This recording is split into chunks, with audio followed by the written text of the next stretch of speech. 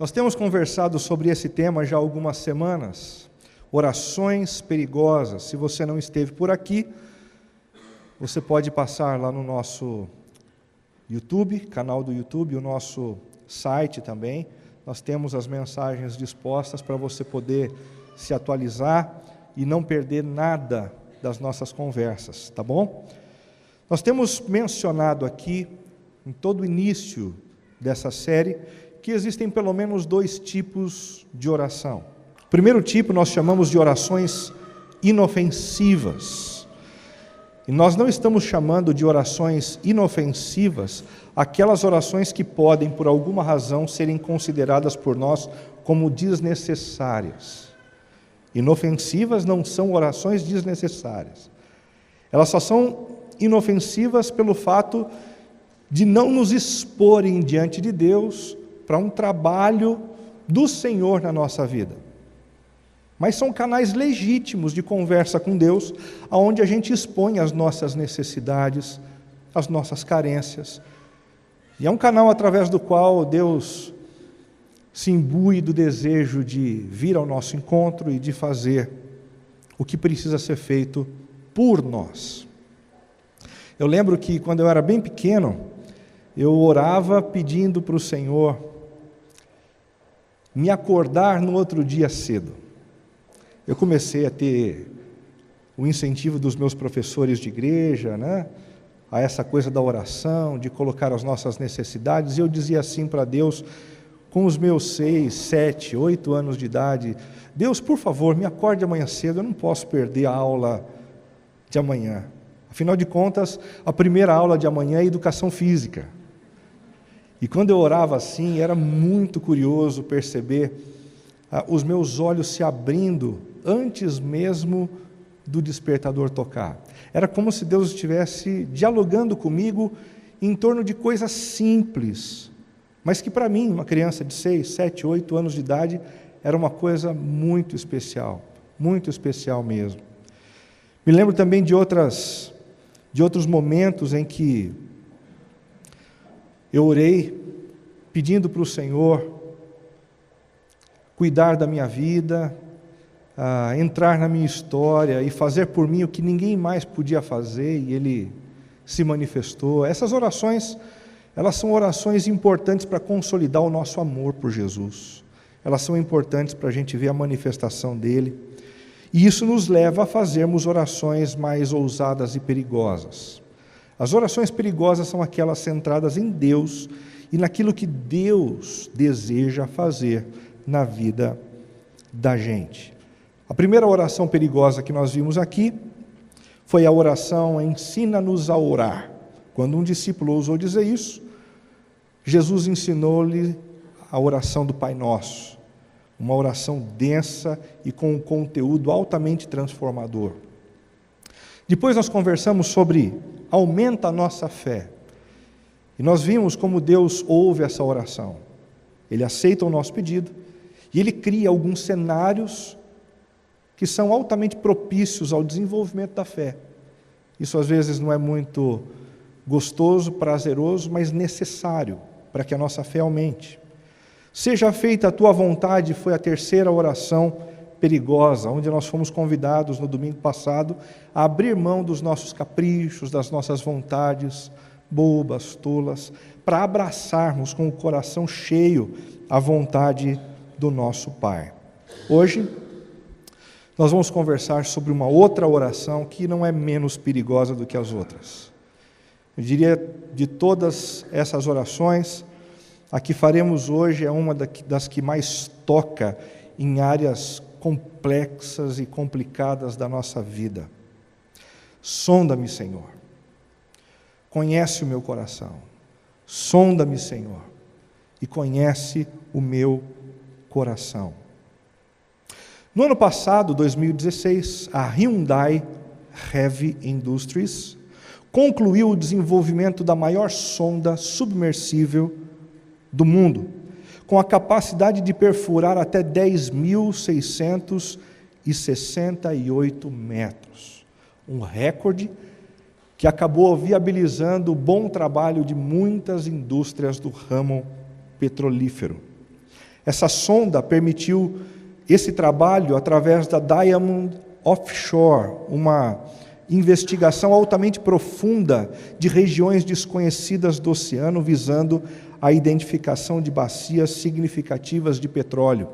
Muita gente fez parceria com eles, muita gente adquiriu esse tipo de equipamento, enquanto outros que estavam passando por uma situação financeira mais complicada acabaram desistindo da parceria, como foi o caso da nossa querida e falecida Petrobras. Assim como uma grande empresa petrolífera, nós também precisamos de uma sonda poderosa, capaz de perscrutar os cantos mais profundos do oceano da nossa alma. No meio da correria do dia a dia, a gente acaba se esquecendo de olhar para a direção mais importante a ser observada: o nosso interior. Nós normalmente olhamos para frente, para os lados, para o nosso passado, para as nossas costas, mas esquecemos de olhar para dentro, para o nosso interior, para onde estão conteúdos que precisam ser percebidos por nós e tratados por Deus com bastante carinho. Aqueles que o fazem são capazes de se reinventar como pessoas, aqueles que ignoram o conteúdo oculto dentro de si continuam os mesmos, insistindo nos mesmos erros. Sabe desse tipo de coisa, né? Aquela pessoa que sempre erra nos mesmos pontos, sempre cai nas mesmas ciladas. Por que isso acontece? Pela indisposição ou inabilidade para olhar para dentro, para perceber algumas ciladas, para perceber alguns impulsos que precisam ser colocados diante da cruz de Jesus. Precisam ser confessados, tratados e transformados pelo poder do nosso querido Deus. A oração sonda-me encontra-se dentro desse salmo que é bastante conhecido, o Salmo 139. E eu queria alertar você para a leitura de um texto conhecido como esse. Normalmente, quando a gente lê um texto conhecido, o nosso disjuntor cai e a gente faz a leitura no automático. Já percebeu isso? Não permita que isso aconteça com você nesse momento.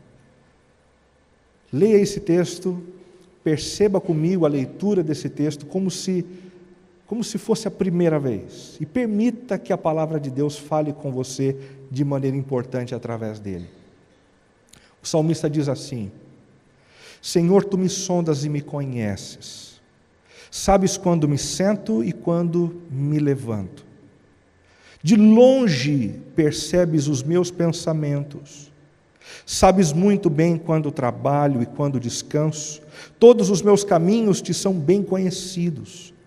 Antes mesmo que a palavra me chegue à língua, tu já a conheces inteiramente, Senhor. Tu me cercas por trás e pela frente e pões a tua mão sobre mim. Tal conhecimento é maravilhoso demais e está além do meu alcance. É tão elevado que não o posso atingir. Para onde poderia eu escapar do teu espírito? Para onde poderia fugir da tua presença? Se subir aos céus, lá estás. Se eu fizer a minha cama na sepultura, também lá estás. Se eu subir com as asas da alvorada e morar na extremidade do mar, mesmo ali a tua mão direita me guiará e me susterá. Mesmo que eu dissesse que as trevas me encobrirão e que a luz se tornará noite ao meu redor, verei que nem as trevas são escuras para ti. A noite brilhará como o dia, pois para ti as trevas são luz. Tu criaste o íntimo do meu ser e me teceste no ventre de minha mãe. Eu te louvo porque me fizeste de modo especial e admirável. Todas ou tuas obras são maravilhosas. Disso tenho plena certeza. Meus ossos não estavam escondidos de ti, quando em secreto fui formado e entretecido como nas profundezas da terra. Os teus olhos viram o meu embrião. Todos os meus dias determinados para mim foram escritos no teu livro antes de qualquer deles existir. Como são preciosos para mim os teus pensamentos, ó Deus! Como é grande a soma deles! Se eu os contasse, seriam mais do que os grãos de areia. Se terminasse de contá-los, eu ainda estaria contigo. Quem dera matasse os ímpios, ó Deus! Afastem-se de mim os assassinos, porque falam de ti com maldade, em vão rebelam-se contra ti. Acaso não odeio os que te odeiam, Senhor? E não detesto os que se revoltam contra ti? Tenho por eles ódio implacável, considero-os inimigos meus. Sonda-me, ó Deus, e conhece o meu coração. Prova-me e conhece as minhas inquietações. Vê se em minha conduta algo te ofende e dirige-me pelo caminho eterno. Queria te convidar para ler comigo o finalzinho dessa oração, versículos 23 e 24. Vamos ler juntos? Sonda-me, ó Deus, e conhece o meu coração. Prova-me e conhece as minhas inquietações. Vê se em minha conduta algo te ofende e dirige-me pelo caminho eterno. Mais uma vez, sonda-me, ó Deus, e conhece o meu coração. Prova-me e conhece as minhas inquietações. Vê se em minha conduta algo te ofende e dirige-me pelo caminho eterno. Uma oração forte, através da qual o salmista se abre para o trabalho de Deus em sua vida. O que é que leva o salmista a pedir que Deus sonde o seu interior dessa forma tão profunda como ele o fez no texto? Existem algumas possibilidades para isso. A primeira delas, a vaga percepção de que havia alguma coisa errada por trás das suas atitudes e reações. O salmista começa fazendo a sua oração, no final ele faz um pedido para Deus rever o seu interior. E algumas das pistas que estão por trás dessa oração estão presentes no corpo do texto. Ele tem a vaga percepção de que existem algumas coisas erradas aqui dentro dele, dentro do seu interior, dentro do seu coração, mais especificamente em suas atitudes e em suas reações. É exatamente por isso que ele diz: sabes quando me sento e quando me levanto. Movimento, atitude. Sabes quando trabalho e quando descanso. Antes mesmo que a palavra chegue à língua, tu já as conhece toda. O salmista começa a perceber que por trás das suas atitudes e reações existem problemas com os quais ele precisa lidar. E é por isso que ele ora: Senhor, sonda-me. Senhor, sonda-me. O que pode haver de errado, de contraditório, de complicado dentro das nossas atitudes e reações? Pode haver, por exemplo, o desejo de sermos percebidos. Se as pessoas nos percebem naquilo que fazemos, nós fazemos e fazemos bem feito. Mas se as pessoas não nos notam, nós nos assentamos por conta das nossas motivações equivocadas. Se somos admirados através do exercício dos nossos talentos, então a gente faz com excelência, faz com alegria, faz com entusiasmo, mas se a gente não tem a admiração, se a gente não tem o reconhecimento, se nós não somos recompensados de alguma forma, a gente simplesmente muda a nossa postura e a gente começa a se comportar de uma forma complicada. O salmista começou a perceber que por trás das suas mais variadas atitudes, por trás das suas palavras, existia um conteúdo complicado aqui dentro. no coração dele, e é por isso que no final da oração ele diz: Senhor, sonda-me.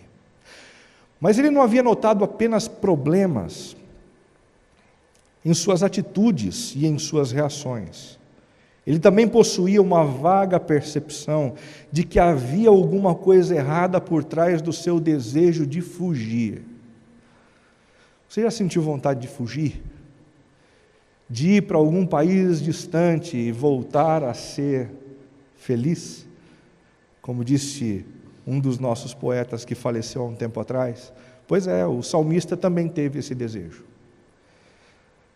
No seu salmo ele diz: para onde poderia eu escapar do teu espírito? Para onde poderia fugir da tua presença? Se eu subir aos céus, lá estás. Se eu fizer a minha cama na sepultura, também lá estás. Se eu subir com as asas da alvorada e morar na extremidade do mar, até ali a tua mão me guiará e a tua destra me sustentará. O salmista, em algum momento da vida, decidiu fugir. Decidiu ir para algum lugar distante. Por trás desse desejo, pode haver sim a crença ingênua de que em outro lugar nós estaremos livres dos nossos problemas. Você já pensou assim? Se eu mudasse de cidade. Se eu mudasse de país. Se eu tivesse um casamento diferente. E a gente vai desenhando futuros hipotéticos, fantasiosos, aonde a vida funciona na nossa cabeça. Bobagem. Quando nós vamos para esses lugares idealizados por nós levamos com a gente as nossas incoerências, nós levamos com a gente as nossas dificuldades interiores, e os problemas lá são uma questão de tempo. Uma questão de tempo. Por trás desse desejo de fugir também, a dificuldade aguda de lidarmos com as mais variadas rotinas da vida. Às vezes a gente quer fugir da onde a gente se encontra simplesmente pela nossa inabilidade de lidarmos com a rotina. Já sentiu vontade de quebrar a rotina, quebrar a rotina? Quebrar a rotina de vez em quando é bom, mas quando a gente vive em função do êxtase, quando a gente vive em função da corrente elétrica girando pelo nosso corpo, pelas mudanças constantes, isso é um perigo, porque isso pode evidenciar uma intranquilidade interior, isso pode revelar um verdadeiro maremoto dentro da nossa alma. E aí, com essa mudança constante do lado de fora, eu praticamente neutralizo um pouco do problema interno. Mas o problema não deixa de existir. O problema na alma continua fazendo o seu burburinho, e mais cedo ou mais tarde nós somos tragados para dentro desse oceano. Também a tentativa de sensibilizar o coração de Deus, privando da nossa devoção e do nosso amor. Tem gente que quer fugir de Deus para isso. Não vou mais à comunidade. Não vou mais adorar o Senhor. Não vou mais me devotar a Ele. Sabe por quê? Porque Ele me disse um não. Eu pedi, eu clamei, e Ele disse não para um pedido que era muito importante para mim. Então agora a minha resposta vai ser o abandono da devoção, vai ser o abandono da vida comunitária, da minha adoração ao nome dEle. Uma tentativa boba de tentar conquistar o favor de Deus, como os nossos filhos pequenos fazem com a gente. Fazem birra quando a gente não dá para eles aquilo que a gente sabe que não é bom e que não é adequado para aquele momento. Em terceiro lugar, o que leva ao salmista a pedir que Deus sonde o seu interior é a vaga percepção de que há alguma coisa errada por trás do seu sentimento de ódio. É isso mesmo. É salmista, mas percebe que há algo errado no seu coração, nas suas atitudes, nas suas palavras. É salmista, mas ele tem vontade de fugir às vezes, e fugir de Deus em outros momentos.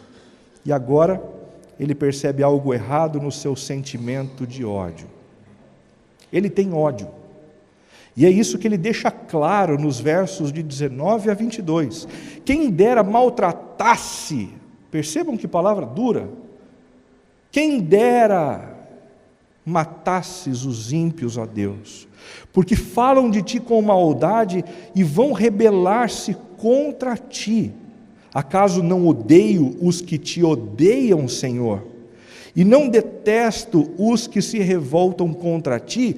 Tenho por eles ódio implacável. Ele tenta até justificar em algum momento o ódio que ele tem, dizendo: eu os odeio porque eles odeiam o Senhor, então o meu ódio é justificado, é gospel, eu posso ter. Que bobagem! Enquanto o salmista ora, ele mesmo percebe que há algo errado no seu interior. Ele vai ganhando uma vaga consciência de que tem problema ali, de que o ódio é maior do que a ira que seria justa estar dentro do seu coração. Por que a ira é justa e o ódio não? Porque a ira é algo que a gente sente para com uma situação. O Senhor Jesus sentiu ira para com aquilo que estavam fazendo da casa dele. O Senhor sentiu ira quando viu pessoas excluídas, passando fome. Ira. Mas o ódio é dirigido às pessoas. O ódio me leva ao desejo de matar. O ódio me leva ao desejo de neutralizar uma pessoa, de acabar com a visibilidade dessa pessoa, de acabar com o nome dela e de apagar de uma vez por todas a existência dessa pessoa ao meu redor. Ódio. Por trás do nosso sentimento de ódio, pode haver a dificuldade de convivermos com quem é diferente. É difícil demais a gente conviver com pessoas diferentes. Normalmente a gente prefere os iguais, mas os diferentes nos provocam. Os diferentes enxergam de uma perspectiva que a gente nunca enxergou. Os diferentes têm demandas que a gente não tem. Demandas diferentes das nossas, e a gente fica muito constrangido quando a gente começa a ter que lidar com alguém que pensa diferente que a gente. Mas há também a possibilidade de termos dificuldade de conviver com quem é igual. Essa possibilidade existe. Sabe por quê? E quando isso se manifesta? Quando o outro começa a revelar na sua vida algo que diz respeito a mim. Certa vez um sábio disse que aquilo que mais nos irrita no outro é aquilo que a gente enxerga de nós nele. Qual é a pessoa que mais tem gerado intranquilidade no seu coração? Qual é a pessoa que hoje mais te deixa com as pernas bambas? Talvez não seja simplesmente a diferença que essa pessoa tem com você. Talvez seja aquilo que você enxerga nela e você não gostaria de enxergar, porque esse conteúdo diz respeito a você. A vaga percepção de que alguma coisa errada por trás do meu sentimento de ódio. Por que é que o salmista, ao invés de negar toda essa possibilidade de haver alguma coisa errada com ele, ele chega até a presença de Deus e expõe essas questões todas, com tranquilidade e com franqueza de coração? Em primeiro lugar, porque não há nada que se possa esconder de Deus. Se existe um tema bonito para esse Salmo 139, é o da onisciência de Deus. Ele sabe absolutamente sobre tudo, Ele sabe absolutamente tudo sobre mim. Esse tema se encontra especificamente de 13 a 16, perceba que interessante. Tu criaste o íntimo do meu ser, e me teceste no ventre da minha mãe. Eu te louvo porque me fizeste de modo especial e admirável. Tuas obras são admiráveis, maravilhosas, disso tenho plena certeza. Meus ossos não estavam escondidos de ti, quando em secreto fui formado e entretecido como nas profundezas da terra. Os teus olhos viram o meu embrião. Todos os dias determinados para mim foram escritos no teu livro antes de qualquer deles existir. A gente pode passar uma vida inteira tentando fugir de Deus, frequentando uma igreja.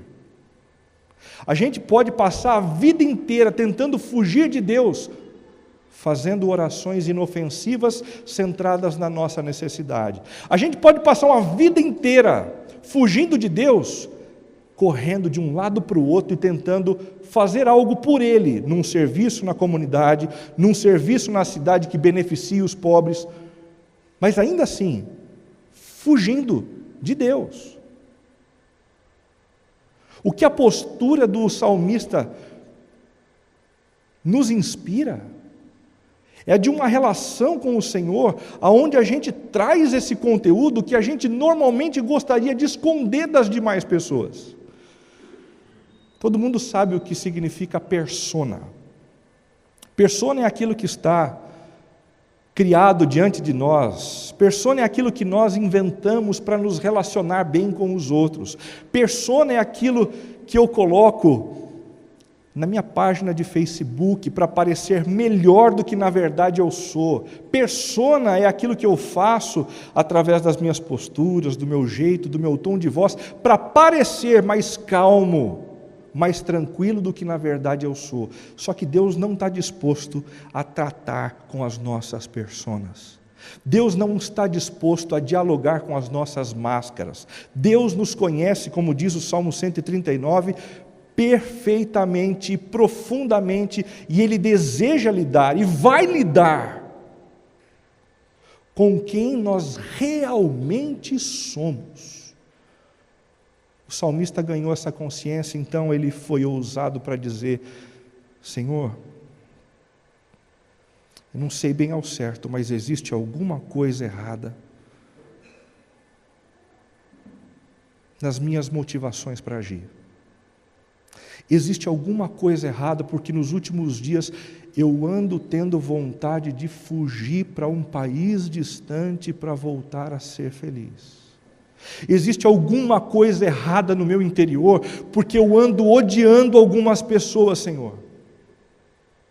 E eu teria vergonha de mencionar o que eu seria capaz de fazer para que elas fossem neutralizadas no seu poder, na sua influência e na sua presença ao meu redor. Não há nada que se possa esconder de Deus. Em segundo lugar, ele expõe tudo isso diante do Pai, porque não há nada que não possa ser perdoado e transformado por Ele.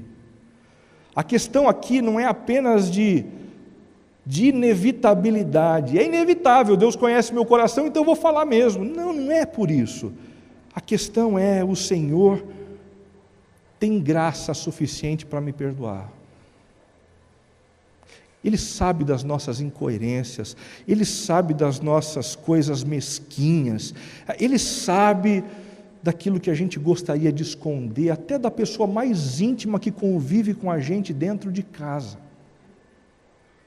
Ele conhece o meu e o seu coração, e tem graça para nos perdoar e graça para nos transformar. Quando a gente começa a olhar para essas coisas, quando a gente começa a fazer essas orações perigosas, o Senhor vem e começa uma revolução dentro da nossa vida. É o que diz 1 João capítulo 1, se afirmarmos que estamos sem pecados, Senhor, não tem problema nenhum não por trás do meu ódio. Senhor, não tem problema nenhum não com esse meu desejo de fugir. Senhor, não tem problema nenhum não com esse meu jeito estourado de ser. Nós enganamos-nos a nós mesmos. e a verdade não está em nós. Mas se confessarmos os nossos pecados, se abrirmos o jogo com Deus, Ele é fiel e justo para duas coisas: para nos perdoar e nos purificar de toda a injustiça. Perdoar e purificar. Perdoar e purificar. Perdoar e purificar. Como você tem desenvolvido a sua espiritualidade até aqui? Você tem permitido o Senhor olhar para os seus cantos escuros, sombrios, gelados, ou você tem corrido de um lado para o outro?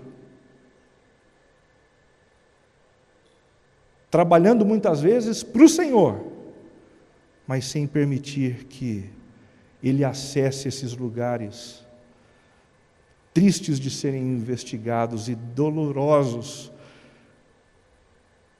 quando o tratamento precisa ser feito.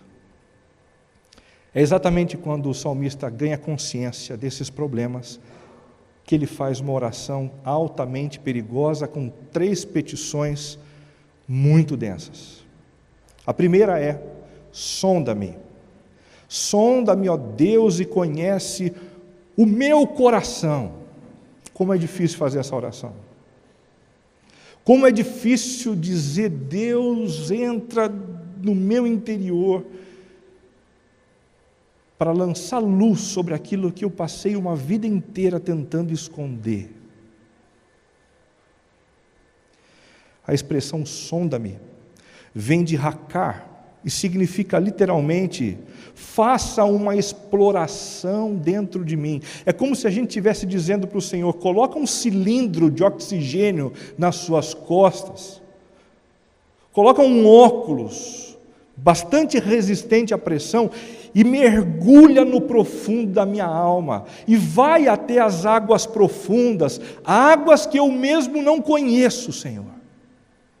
Entra lá,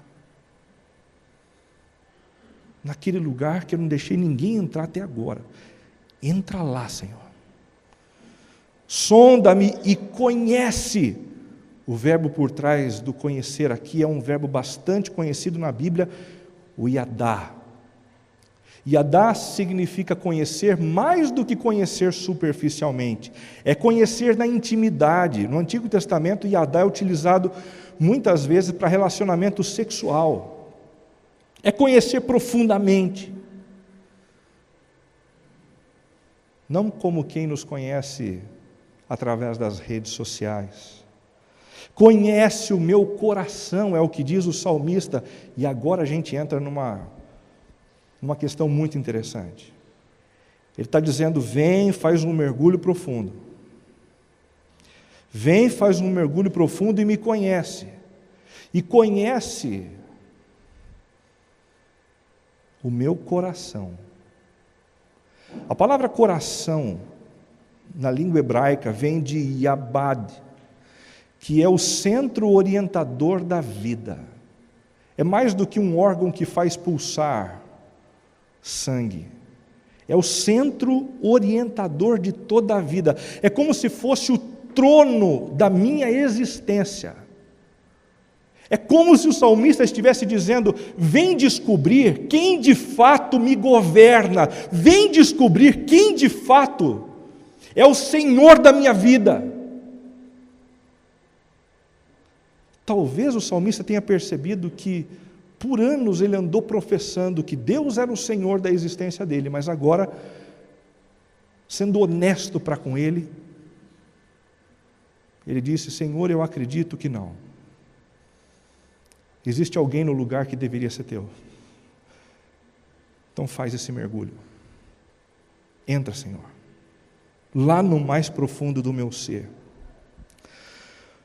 Nós somos excelentes fabricantes de ídolos. João Calvino, certa vez, disse que o coração humano é uma fábrica de ídolos. Ken Sandel disse que ídolo é alguma outra coisa que não Deus, na qual empregamos nosso coração e a nossa confiança. Richard Case diz que toda sorte de coisas são ídolos em potencial. Qualquer coisa, qualquer pessoa, qualquer estado imaginário, dependendo somente das nossas atitudes e ações concernentes a elas. Qual o DNA dos nossos ídolos do coração? Os nossos ídolos atraem com promessas encantadoras. Os nossos ídolos dizem assim: se você me colocar no centro da sua vida, eu vou cuidar de você. Os nossos ídolos exigem sacrifícios extremos. Os nossos ídolos destroem relacionamentos afetivos. E os nossos ídolos escravizam sempre a nossa vida e o fazem impiedosamente. O que pode ser ídolo para a gente? Qualquer coisa que não seja Deus, elevado a uma potência que não poderia receber sobre si. Dinheiro pode ser um ídolo para a gente. Dinheiro tem sido um ídolo para muitos de nós. Eles nos atraem com promessas encantadoras. Se você me centralizar na sua vida, eu vou cuidar de você. Os problemas financeiros do país vão acontecer, mas eu vou manter o seu direito de frequentar bons restaurantes, eu vou manter a sua estabilidade emocional, eu vou manter a sua possibilidade de viajar tranquilo, eu vou manter a sua saúde. Você consegue perceber a fragilidade dessas promessas? O quanto elas são enganosas? O dinheiro exige sacrifício extremo, e é por isso que muita gente trabalha sem parar. Trabalha sem ficar com tempo e dedicar tempo à esposa. Trabalha e sem dedicar tempo aos filhos. Trabalha, sacrifício. Um Deus. Eles também destroem os nossos relacionamentos. Dinheiro tem destruído o relacionamento das pessoas. O que é que tem acontecido com a vida de muitas famílias que entram naquela fase em que um dos pais morre e a herança precisa ser discutida? Se havia paz até aquele momento, quando a proximidade da morte de alguém rico chega, ou de fato alguém morre, filhos jantam um ao outro, em busca de um pouquinho mais de dinheiro, E ídolos escravizam sempre impiedosamente. Você passa a viver o resto da sua vida em função dele. Sexo também é ídolo dentro da nossa cultura e pode estar escravizando muitos de nós. O sexo atrai com promessas encantadoras. Se você tiver a mim, você vai ter prazer. Você vai ter felicidade. É? Todo mundo que tem sexo e sexo livre o tempo todo é feliz. Os atores de filmes pornográficos deveriam ser muito felizes, devem ser muito felizes mesmo, porque eles têm sexo o tempo todo, é isso.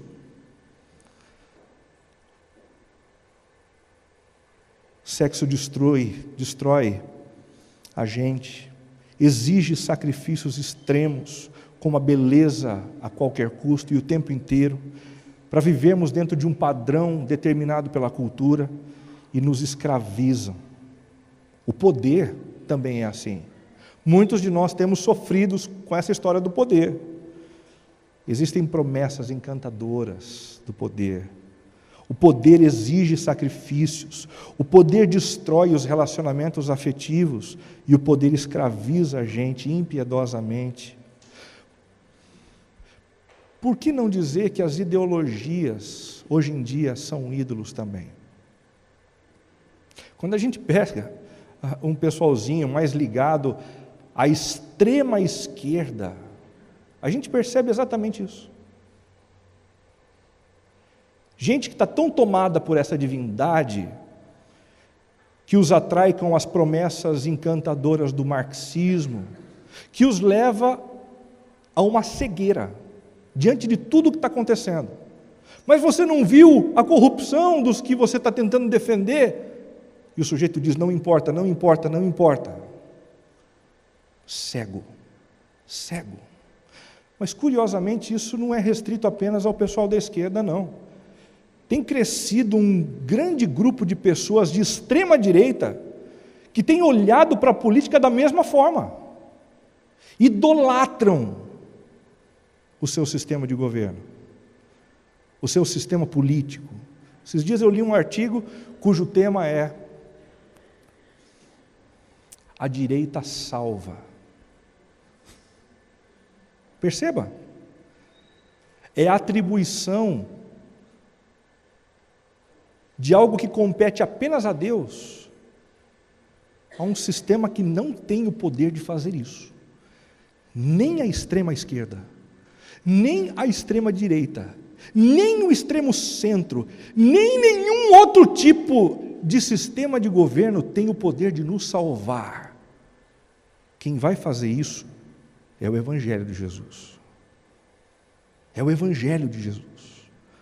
A gente precisa olhar como o salmista olhou para o seu coração para tentar identificar quais são os ídolos que estão reinando, assentados no trono de suas almas.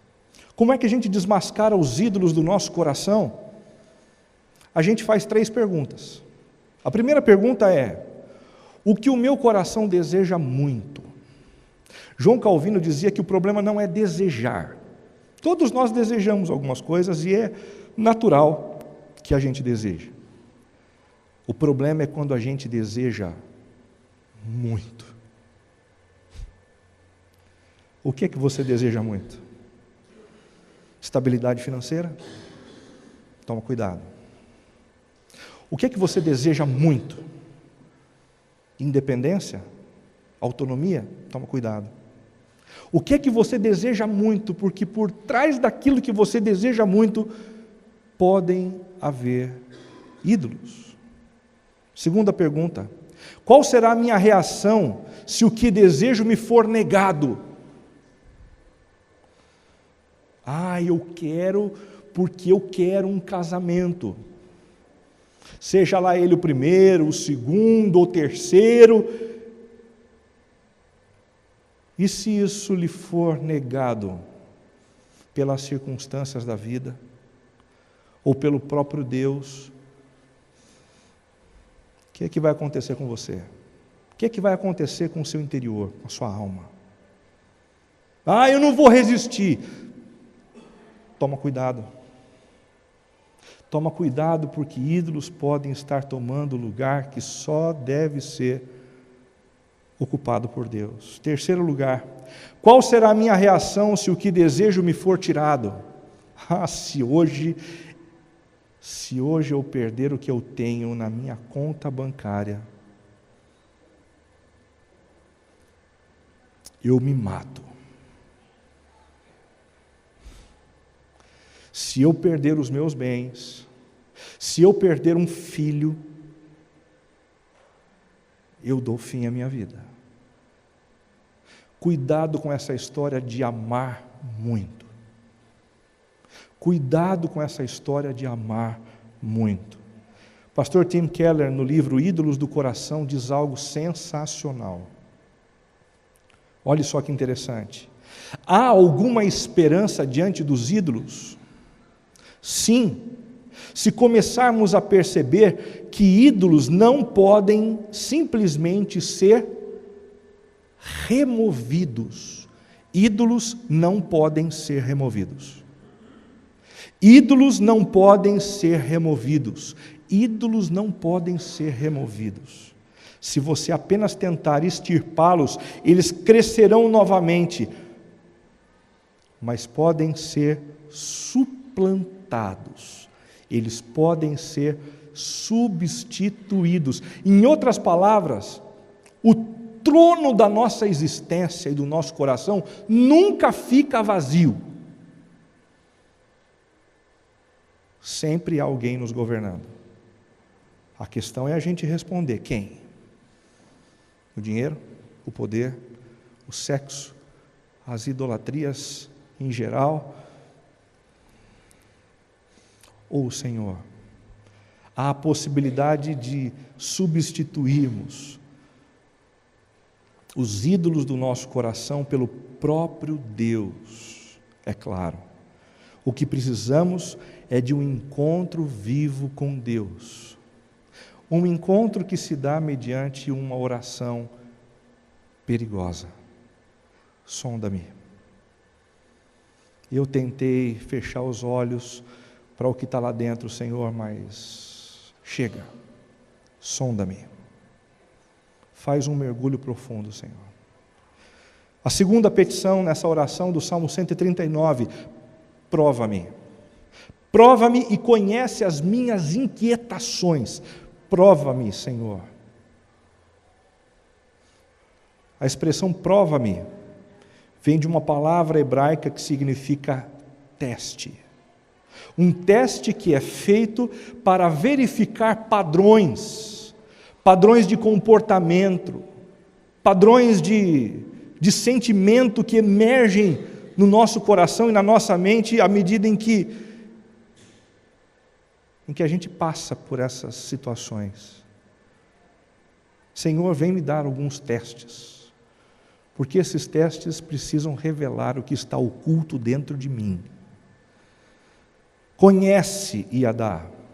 Mais uma vez, o verbo conhecer com intimidade, com profundidade. E conhece o quê? As minhas inquietações. A palavra significa literalmente pensamentos problemáticos que geram angústia. Você conseguiu perceber o que o salmista está pedindo? Ele está pedindo para Deus enchê-lo de testes. Me testa, Senhor, na área financeira. Me testa, Senhor, na área conjugal. Me testa, Senhor, nas minhas amizades. Me testa diante do poder. Me testa diante das mais variadas áreas da vida, porque eu não quero mais viver enganado. Eu quero conhecer também o que está acontecendo dentro de mim. Através do sonda-me, quem ganha consciência é o Senhor. Através do prova-me, quem ganha consciência sou eu. Porque quando eu escorrego, quando eu tropeço e quando eu caio e a minha cara vai na lama, eu percebo, existe um problema interno que precisa ser tratado. O salmista chegou à conclusão de que isso é mais importante do que viver iludido pelo engano. Uma distinção a ser considerada é muito importante nessa hora. A distinção entre provação e tentação. Provação tem origem em Deus e o seu propósito é lapidar a nossa vida para que sejamos mais parecidos com Jesus e alcancemos aperfeiçoamento e maturidade pessoal. Deus nos faz esses testes. Deus nos põe essas provas. E a intenção dele é sempre boa. Nos aprovar. Criar musculatura em nós. Para que a gente amadureça. Porque se você não se tornar alguém maduro,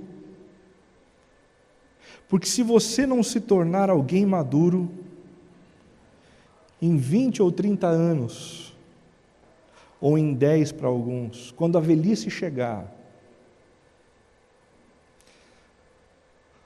a sua presença e a sua companhia não vai ser requerida por absolutamente ninguém. Só tem uma coisa que encanta as pessoas nos idosos: sabedoria. E para que a sabedoria venha, as provas são indispensáveis. A tentação é diferente. A tentação tem origem em Lúcifer e o seu propósito é nos afastar de Deus e da sua influência sobre a nossa vida, encerrando-nos na insensatez e na mediocridade. O que ele quer é que você fique longe da luz que ilumina tudo e transforma a todos, para que você continue o mesmo medíocre, o mesmo que odeia, o mesmo que passa a vida tentando fugir, o mesmo que continua errando nas mesmas atitudes e nas mesmas reações, o mesmo. Numa mesma situação da vida pode haver provação e tentação. Não há necessidade da gente ficar assim, nossa, isso que eu estou passando veio de Deus ou veio do inimigo? É provação ou tentação? Numa mesma situação, pode haver o desejo de Deus em nos aprovar e a intenção maligna de nos destruir. Qual será a nossa opção? A quem nós vamos ouvir? A quem nós vamos rejeitar?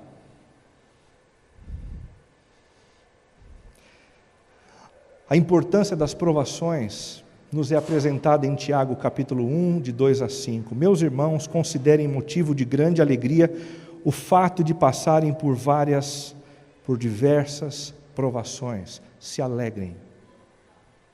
Não é engraçado, gente? Quando alguns de nós que estamos caminhando bem na fé, começamos a enfrentar algum tipo de problema, adversidade, a gente logo começa a pensar na possibilidade de conversar com algum dos magos da cultura, alguns dos mágicos da religião, para eles encontrarem algum tipo de chifre de boi enterrado debaixo da nossa casa, para que de alguma forma mágica a gente possa tirar essas coisas e então ter uma vida com fluidez, sem provação. Tiago está dizendo, vocês acham que tem alguma coisa errada na vida de vocês porque vocês estão enfrentando provas? Vocês estão de brincadeira? As provas são sinais claros do interesse de Deus pela vida de vocês. Deus não deseja destruir vocês com as provas, Deus deseja reinventá-los, Deus deseja fortalecê-los, Deus deseja fazer com que vocês cresçam e se tornem maduros, conforme a imagem de Jesus, o Filho aprovado de Deus. Esse é o desejo do Pai. Pois vocês sabem que a prova da sua fé produz perseverança. Perseverança é uma das marcas da maturidade. O imaturo desiste de tudo. Começa a fazer um teste de matemática, ai pai, está difícil demais. Começa a fazer uma prova de ciências, um trabalho, eu não vou aguentar, está difícil demais. É engraçado como as nossas crianças hoje em dia têm essa falta de perseverança latente, né?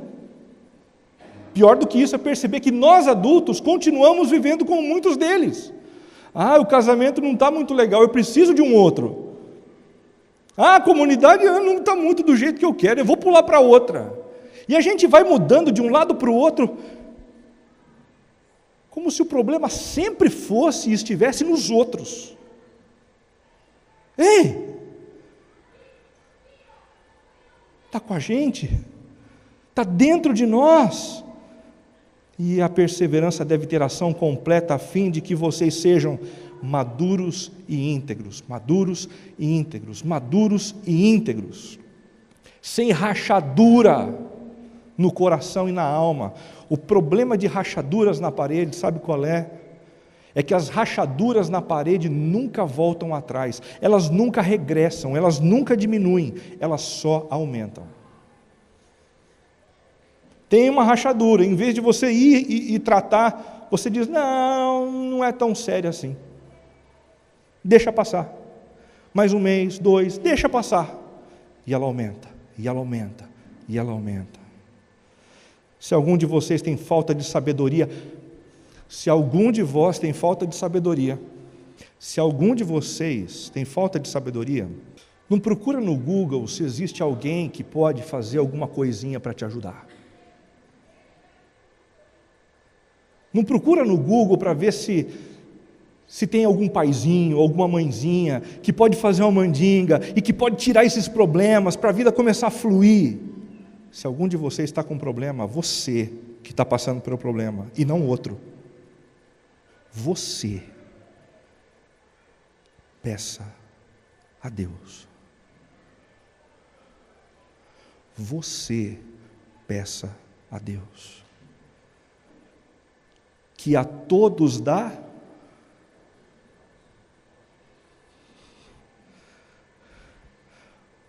como água em tempo de chuva.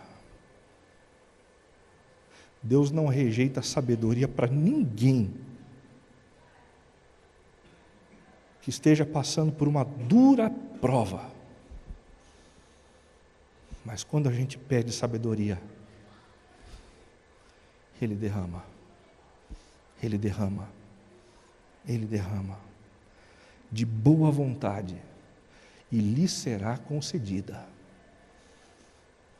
A terceira e última petição para a gente encerrar.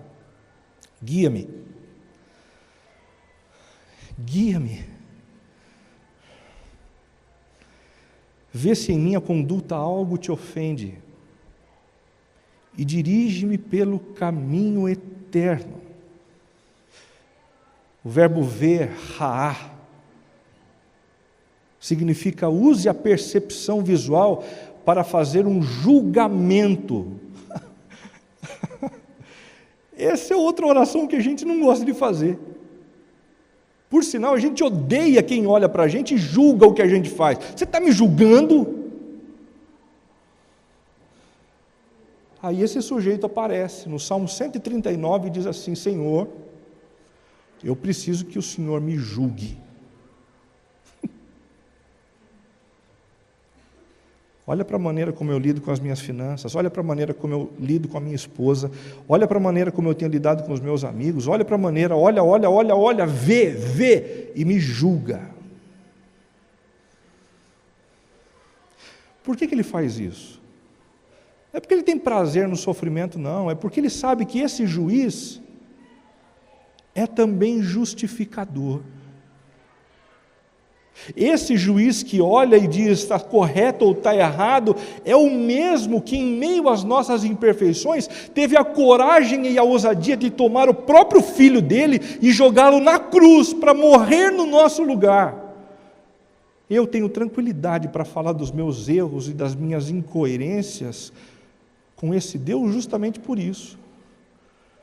Porque ele foi capaz de sacrificar o filho dele para fazer a justiça. Ele julga, mas o juízo não vem sobre mim. Ele avalia, mas a justiça e a punição não vêm sobre mim. Vêm e já vieram sobre o filho dele, Jesus Cristo, o nosso Salvador, que morreu a nossa morte. Dirige-me, narrar, guiar exercendo liderança. Tem gente que está sempre acostumada a mandar e ter a última palavra em absolutamente tudo. Esse salmista disse assim: espero que isso não aconteça mais comigo, Senhor. Eu quero que o Senhor seja o meu líder. Não a minha palavra, mas a tua. Não o meu querer, mas o teu. Vem para me liderar. Vem para me liderar.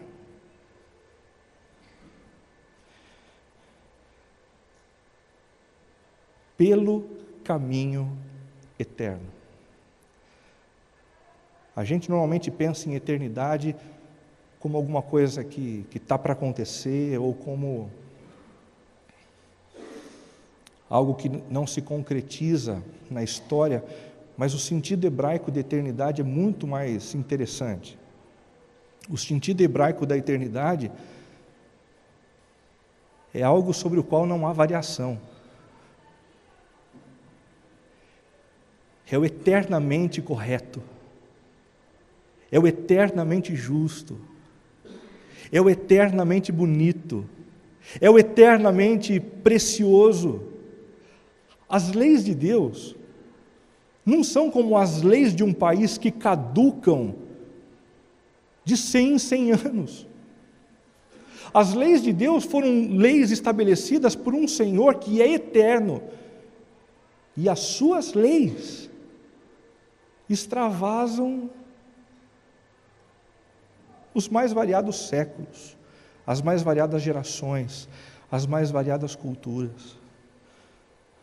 Senhor, mesmo que eu pense o contrário, guia-me do seu jeito. Mesmo que a minha cultura diga que não é bem assim, eu aceito, eu me submeto à tua orientação, à tua voz. É o Senhor quem governa. Por que deveríamos orar dizendo, guia-me, Senhor? Porque esta oração é um excelente antídoto contra o nosso senso de volatilidade e insatisfação. O tempo todo a gente se sente meio desconfortável.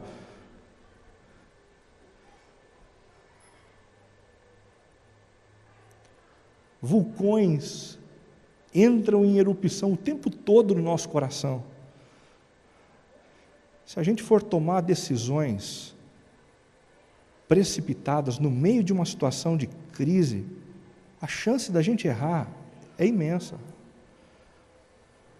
Ao invés de tomar essa decisão que você está pensando em tomar, no meio desse furacão que você está passando, experimenta orar para o Senhor e dizer assim: Senhor, guia-me. Senhor, guia-me. Seja o meu líder. E me mostra o que eu tenho que fazer, de maneira clara. Esta oração também é um excelente antídoto contra o nosso senso de estabilidade e estagnação. Muitos não vivem com esse furacão assim, mas tem um outro problema, a estabilidade. Eles sempre acham que as suas zonas de conforto são as mais corretas, e que Deus sempre abençoa aquilo que eles fazem há 200 anos.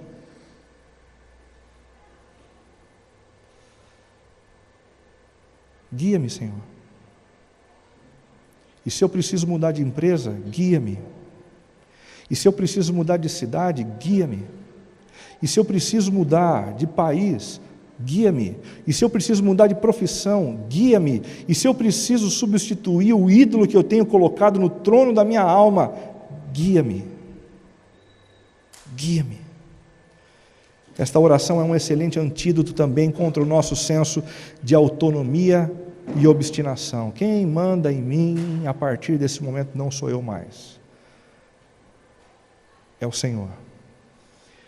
Estou abrindo mão da minha autonomia, do direito de fazer o que eu quiser com a minha vida. Eu pertenço a Jesus. Eu pertenço a Jesus. Eu pertenço a Jesus. Concluindo, gente, nesta semana, ao longo desta semana, ouse questionar as suas atitudes e ações,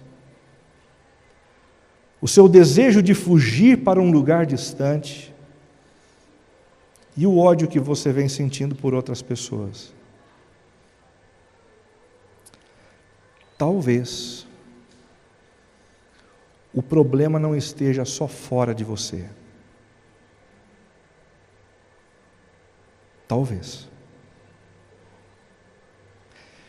Em segundo lugar, ouse abandonar o desejo de consertar a vida dos outros para submeter-se voluntariamente ao serviço de Deus na sua vida. Como a gente é bom em tentar consertar os outros. Como a gente é bom em fazer uma planta para descrever como que o outro seria melhor vivendo dessa ou dessa forma. Ouse abrir mão dessas plantas. Por uma razão muito simples. Elas não funcionam. E em segundo lugar, porque elas te iludem com a possibilidade de que isso seja possível.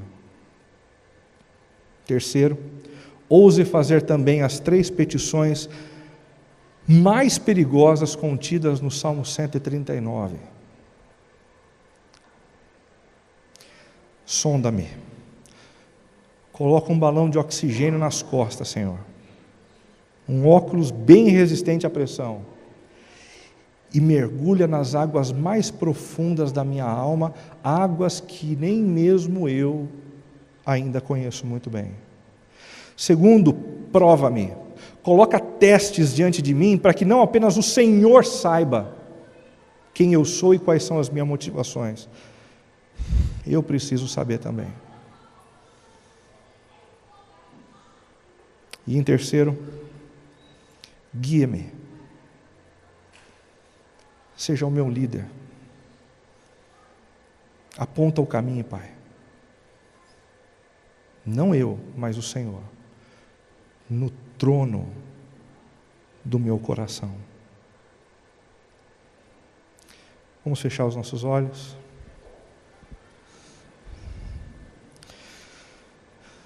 Gaste um tempo conversando com Deus.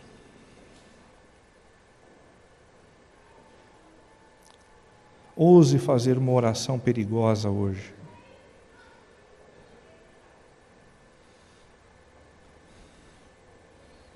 Ouse romper com a superficialidade. Ouse navegar por águas mais profundas com o Senhor.